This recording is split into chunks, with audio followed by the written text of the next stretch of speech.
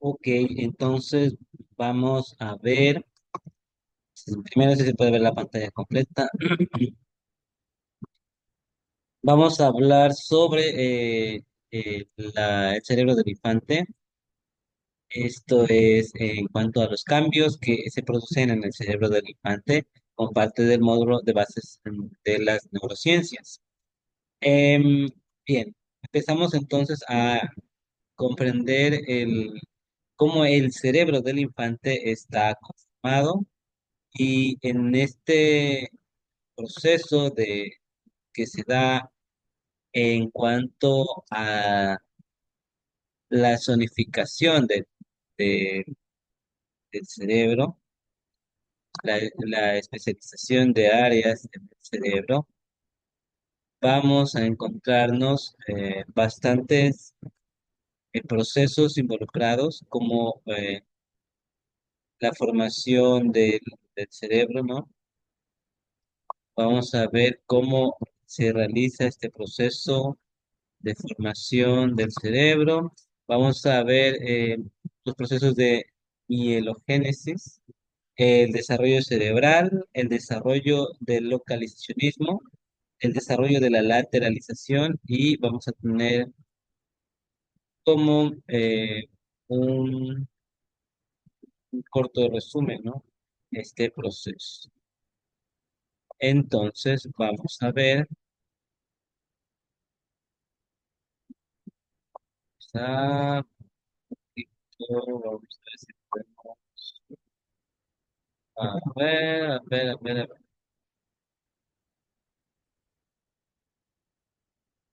Sí, y sí, se ve mejor. Listo.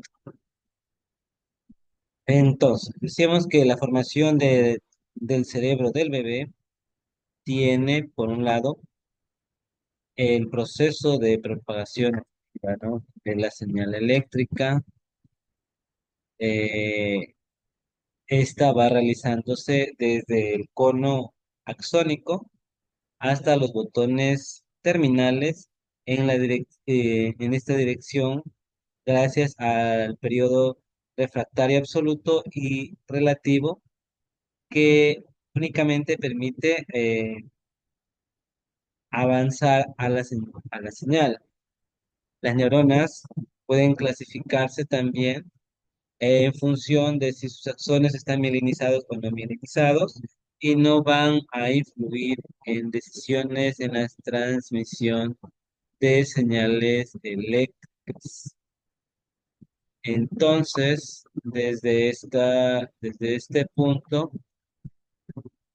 vamos a decir que en los axones mielínicos, la señal eléctrica va a ir regenerando punto a punto de la membrana axonal, siempre que ésta esté mielinizada. Aquí en los axones mielínicos o mielinizados, el potencial de acción solo puede producirse entre los nódulos de Rambier y esto sería como las zonas,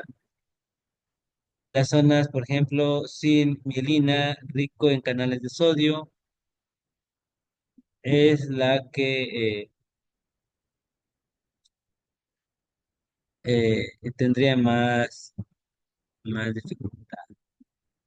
La mielina, recordemos, ¿no?, que la mielina es como una lipoproteína sería, que tiene una forma de doble capa, una bicapa fosfolipídica, sistematizada por la célula de Schwann, y esta mielinización permite que haya un mayor potencial en la conducción de las señales eléctricas, que se den más rápida. Esto aumenta la velocidad de respuesta y a su vez para el cerebro representa un ahorro de energía y también eh, este papel lo juega bastante el nódulo, sería el nódulo de Rambier, ¿no? Los nódulos de Rambier que generan que esto sea factible.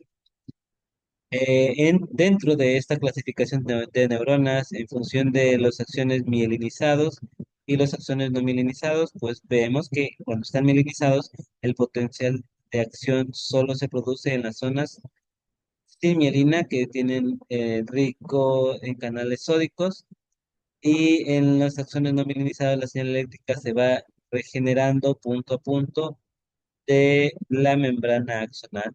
Esto influye en la transmisión de señales eléctricas, aunque hay que tener en cuenta que cuando tenemos la enfermedad, en estudios donde los bebés han tenido o han estado padeciendo la enfermedad de, se llama esta enfermedad de esclerosis múltiple, por ejemplo. Aquí vamos a ver cómo em, aquí se involucran directamente un deterioro de la mielina en la sustancia blanca, sobre todo en regiones periventriculares, en el nervio óptico, en el tallo cerebral, en el cerebelo y la médula espinal, que esto va a provocar que haya una mala transmisión de, de los circuitos, de las señales eléctricas, y esto hace una mala comunicación, incluso impide el paso de la señal eléctrica, y esto hace que haya pérdida tanto en la sensibilidad, en la visión y en la fuerza, en el sentido de equilibrio, fuerza también.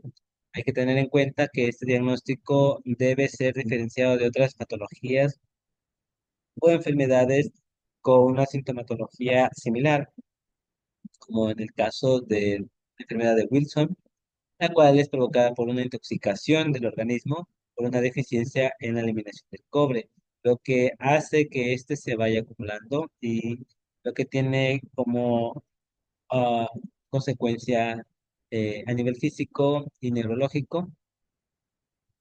Cuanto más tiempo pase sin obtener un diagnóstico adecuado, sus efectos serán más significativos para el organismo. Habrá más, el paciente presentará más dificultades al momento de llevar esta enfermedad. Eh, Aquí vemos una imagen donde la mielina está actuando con como lo que es, ¿no? Una lipoproteína, lo que decíamos que es una forma fosfolipídica, que es sintetizada por las células de Schwann. Aquí vemos cómo la mielinización permite una conducción del potencial más rápido, mielinización, y por tanto aumenta la velocidad de respuesta. Eso significa un ahorro de energía y tiene también o destaca el papel de los nódulos que están en el cerebro.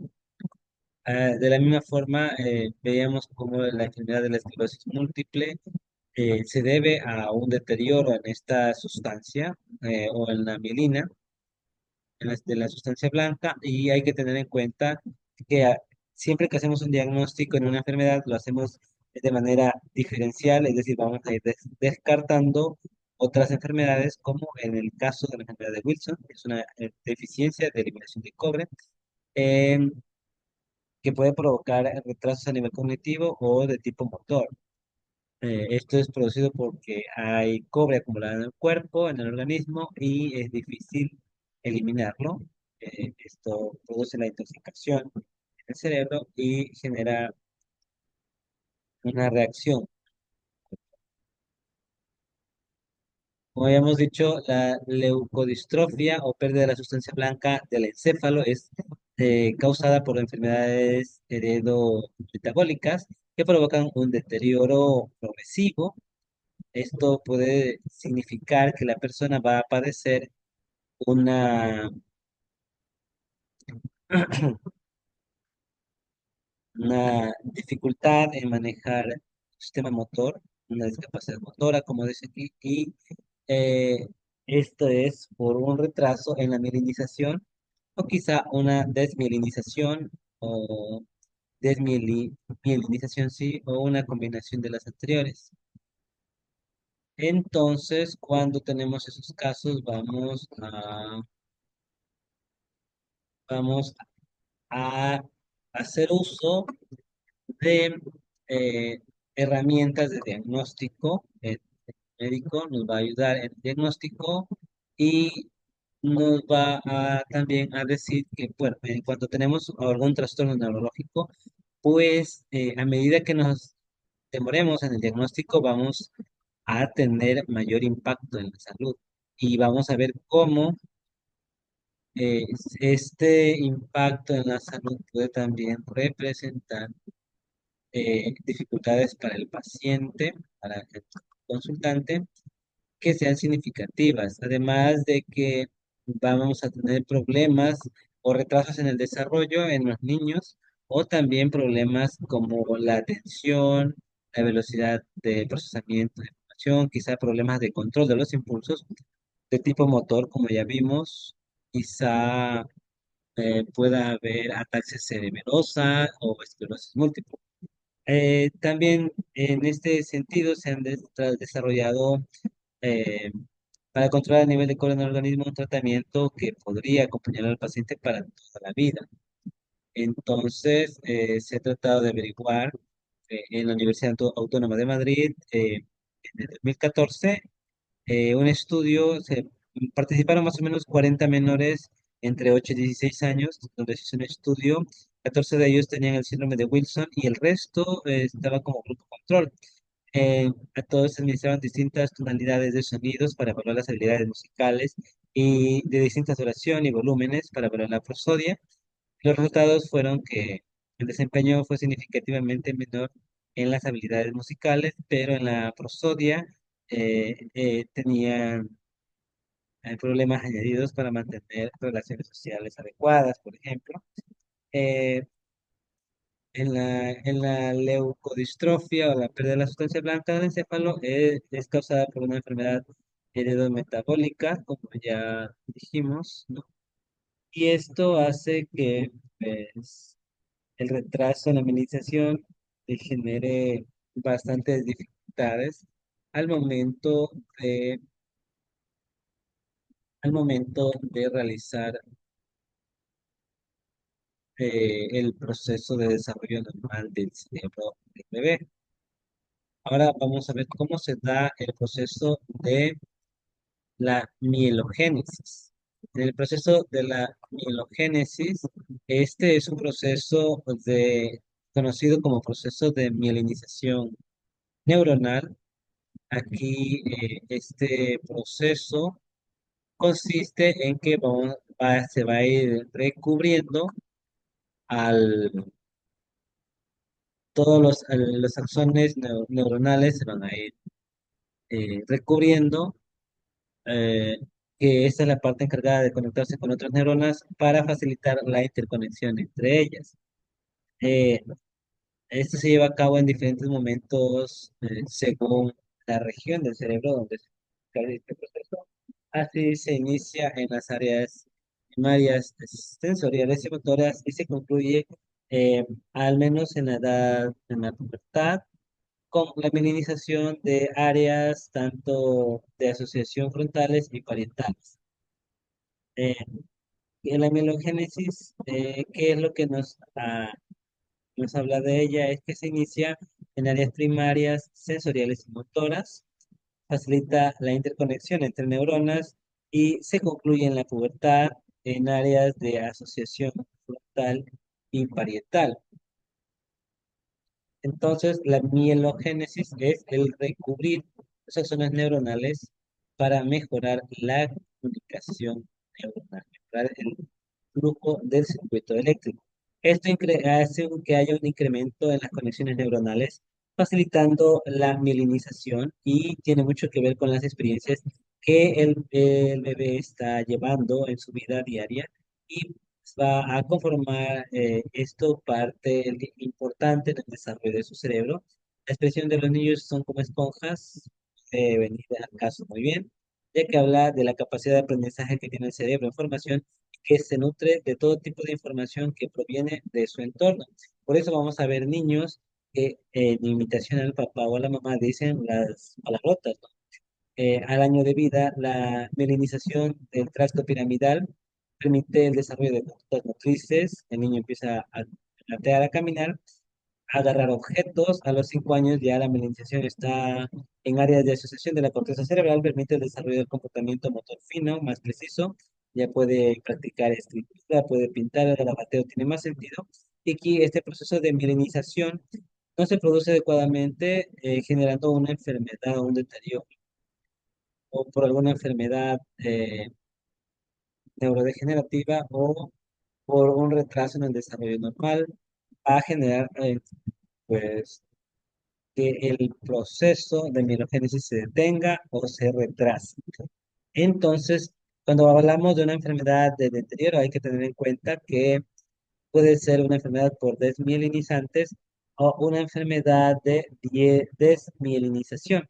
La desmielinizante es por pérdida total o parcial de la mielina, limitando la comunicación de la señal eléctrica. Aquí vamos a ver algunos como la esclerosis múltiple, la mielinolisis póntica y la enfermedad de Vick. En las enfermedades de desmielinización se produce por la alteración de la mielina, provocando fallos en la comunicación. Hay alteración de la mielina en el que se encuentra la célula. Y esto puede denominarse como leucodistrofias o enfermedad de Tay-Shan. Es que es quienes descubrieron estas enfermedades que pueden generarse en los niños o encontraron varios en estudios realizados la enfermedad. Ahora vamos a ver cómo hablamos sobre el desarrollo cerebral del niño, que podemos decir que el desarrollo cerebral viene ya diseñado por el componente genético, para repetir como desde el mapa genético que tiene que construir estos cromosomas, ya viene como la estructura de un ser humano y así esto se va a ir repitiendo de humano en humano, casi como de forma idéntica, de acuerdo a lo que dicta el mapa genético, nuevo mapa genético, que va a ir formando la morfología y de identificación del individuo y va a generar un cerebro casi igual y con la distribución de lóbulos, áreas y regiones y también los subcostratos o ventrículos neuronales. Esto cuando hay un desarrollo normal del cerebro, vamos a encontrar un cerebro idéntico en todos los seres humanos. Eh, el peso del cerebro, ya vimos, no tiene nada que ver con la capacidad cerebral, pero sí la mielinización sí tiene mucho que ver con esta capacidad. Entonces, el desarrollo del cerebro, existe aquí etapas que claramente se van a diferenciar antes y después de nacer. A diferencia de otras especies, el cerebro humano está todavía sin terminar de formarse al momento de nacer, lo que conlleva a que sea menos independiente y que requiera de mucho cuidado y protección durante bastante tiempo. Y así su desarrollo neuronal se puede observar desde las 4 semanas de gestación, 3 meses de gestación, 4 meses de gestación, 5 meses de gestación y 6 meses. En cada etapa vamos a ir viendo avances. Por ejemplo, en la 4 semana de gestación vamos a encontrar que hay un proceso acelerado de formación de nuevas células, hay migración de celular y hay diferenciación y especialización para con posterioridad establecer las interconexiones axónicas entre ellas. Esto a las 4 semanas. A los 3 meses vamos a ver que el sistema nervioso está lo suficientemente formado como para expresar los primeros reflejos básicos, como mover las articulaciones. A los, vamos a ver si puedes aumentar eso. Ya, muy bien, sí, bien. Imagen. A los 4 meses de gestación, el bebé ya está formado, tiene sus ojos y oídos, pudiendo reaccionar hasta el bebé a las luces y a sonidos externos. Cuando se estudia estimulación perinatal o prenatal, ¿sí?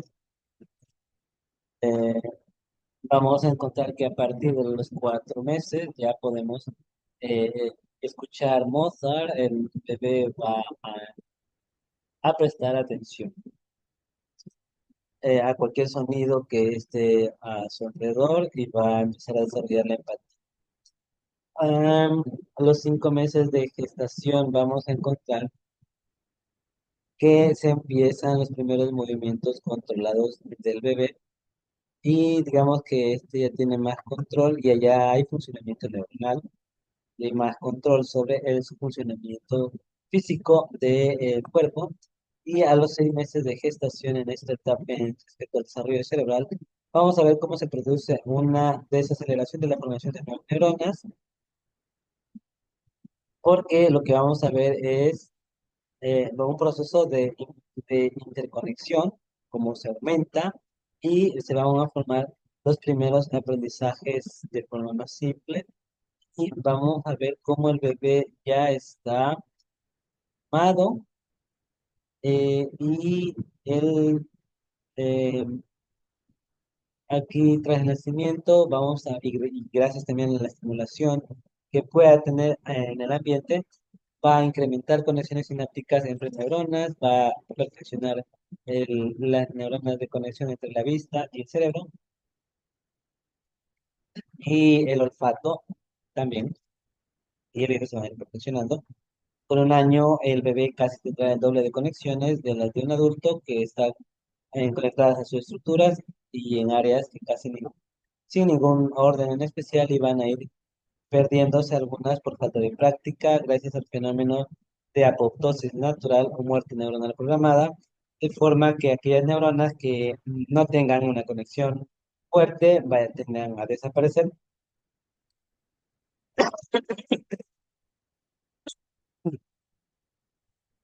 con el fin de que las conexiones útiles se mantengan y se hagan más fuertes.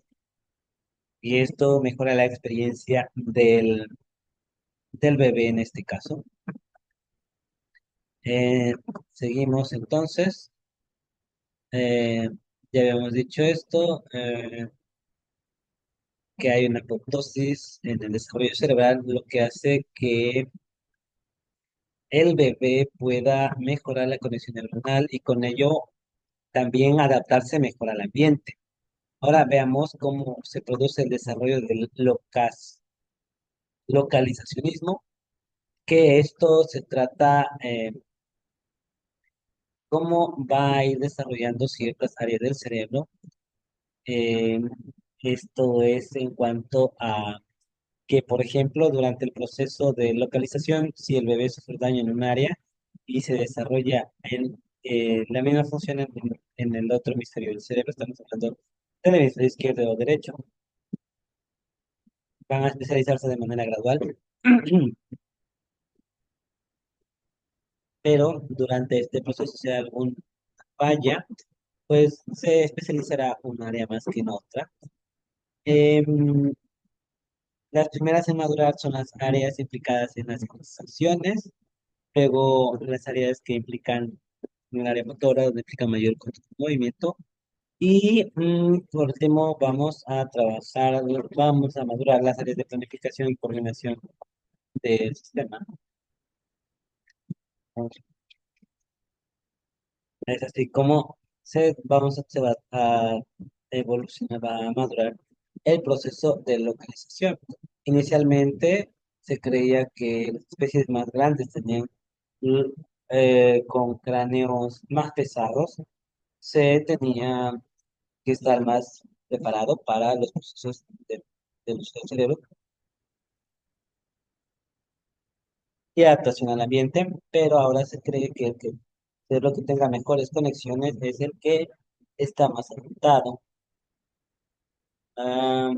Ya a la teoría, las nuevas teorías con técnicas inductivas han demostrado que esto no es así, al menos no en 100%, y lo que sí se ha comprobado es que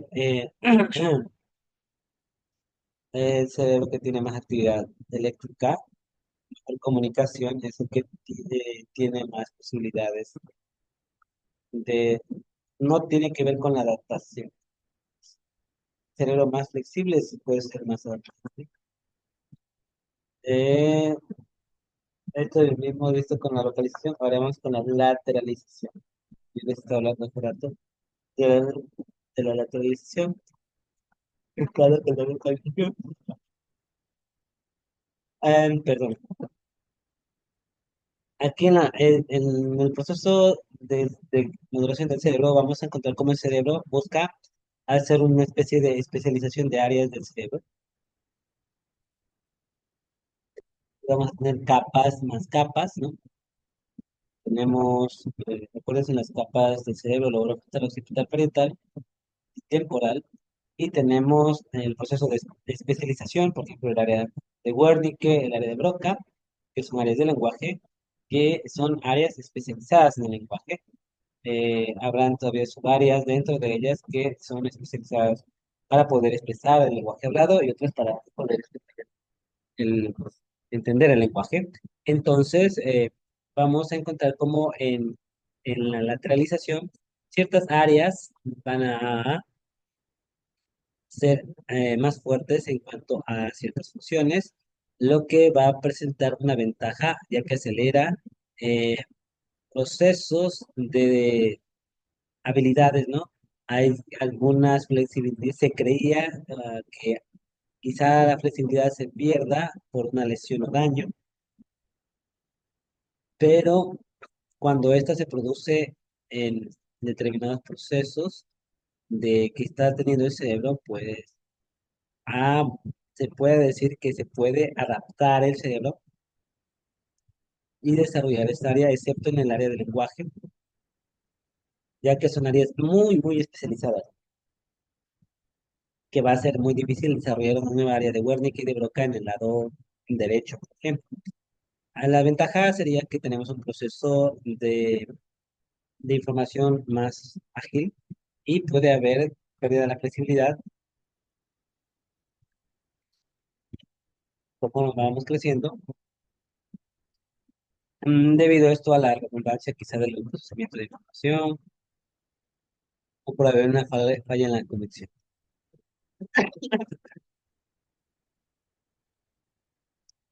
Pero esto no significa que el cerebro va a dejar de ser flexible porque siempre tenemos un buen porcentaje de flexibilidad, dependiendo del tipo de lesión que se pueda presentar. Cuando no se tiene lesiones en la misma área, se puede desarrollar las habilidades en el otro lóbulo, estamos hablando del izquierdo o derecho. Em, esta plasticidad permite, ¿no? adaptarse a este proceso de ambos hemisferios. Habrán recuperaciones, sí, va a haber recuperaciones que permitan que este cerebro sea más, que sea flexible, que se adapte a su nueva realidad y que el cerebro pueda eh, continuar con la experiencia de el individuo, como hemos visto algunos estudios que se han realizado por ejemplo, por el Instituto de Salud Mental, eh, en su revista científica Nature, donde participaron 307 niños entre 5 y 19 años de tres grupos, sellaron una relación entre la corteza cerebral y la inteligencia que varía con el tiempo, particularmente en la corteza prefrontal, donde se el estudio. Ah, y se vio que había espesado a los 12 años. Hay un espesor es inferior al, sí, y los pequeños tenían un nivel de inteligencia media, llegan a un punto más alto de espesor en la corteza cerebral sobre los 8 años y luego empieza un declive. Sube, se espesa la corteza y luego se hace más fina. Esto en el fenómeno de la lateralización, vamos a ver cómo em,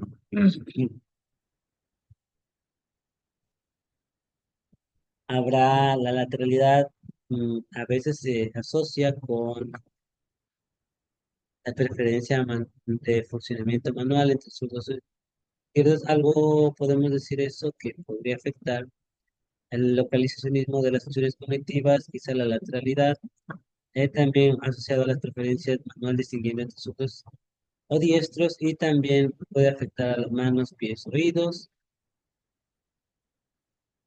Em,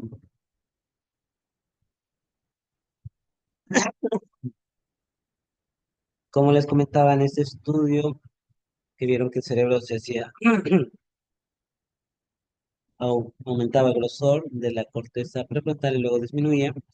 En este fenómeno de, podemos identificar cómo la dominancia hemisférica es del lado contrario, ¿no? Si eres diestro, va a funcionar con el hemisferio izquierdo; si eres zurdo, con el hemisferio derecho. Algunos aspectos que se han evaluado en los centros educativos ha sido esta medición, ¿no?, de la lateralidad. Creo que hay muchos artistas, científicos, incluso jefes zurdos, en las empresas o en el gobierno. Y dentro de la creencia popular es que la denominancia de dicha mano tiene que ver con la genialidad. Algunas investigaciones que se han realizado al respecto en Australia y en Estados Unidos, mm, en vez de trabajar directamente con participantes, se analizaron los datos para eh, ello. Se presentó un estudio de desarrollo cognitivo de personas zurdas frente a personas diestras sobre capacidad lectora, siendo inferior al desempeño de los zurdos en tres competencias restantes. El resultado previsto, que va en contra de lo que se decía la hipótesis, ¿no? Eh, Nos ha indicado que los zurdos han dejado huella en la historia. Quizá el 83% de la población diestra, eh, eh, luego este porcentaje se redujo al 63%, representando a los zurdos de entre el 30% de la población, existiendo un porcentaje mayor de lateralidad cruzada.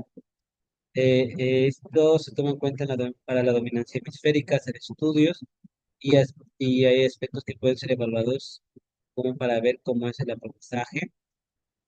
Quizá los resultados no son tan alentadores como se esperaba o al inicio, pero sí nos dan un primer vistazo de la relación que existe entre una dominancia y otra. Por un lado esto, y por otro es que para evaluar, ¿no? En Uzbekistán hicieron, por ejemplo, adultos de 52 a 66 años que habían sufrido accidentes cerebrovasculares con lateralización hemisférica. Las consecuencias de dicho accidente que se evaluó fue el estado cognitivo de las personas mediante el Mini Mental State Examination, el MMSE, y el Montreal Scale Assessment of Cognitive Function, el MOCA, y el Saint Louis University Mental Status Examination, el SLUMS. Aquí vamos a ver cómo aquellos que sufrieron un accidente cerebrovascular en el hemisferio derecho mostraban un deterioro cognitivo moderado y con problemas a la hora de recuperación. En cambio, los que sufrieron un accidente cerebrovascular en el hemisferio izquierdo, el deterioro cognitivo fue más leve y las funciones afectadas fueron recuperadas más rápidamente, siendo claros en cuanto a que la localización del accidente cerebrovascular se puede convertir en un buen pronóstico sobre los efectos mismos e incluso sobre la evolución y la recuperación por parte de los pacientes. Sí, hay que tener en cuenta que la tendencia natural hacia la lateralización de funciones en muchos países se castiga, ¿no? Censurando el uso de la mano izquierda, por creencias religiosas, por lo que sea, por temas sociales. Pero cuando a los niños se los deja en libertad de escoger el objeto con la mano que desee, pues Se ha visto que si tiene doble lateralización es mucho mejor, pero vamos a ver cómo al final los estudios nos van a dar las pautas de cómo seguir estos procesos. Muy bien.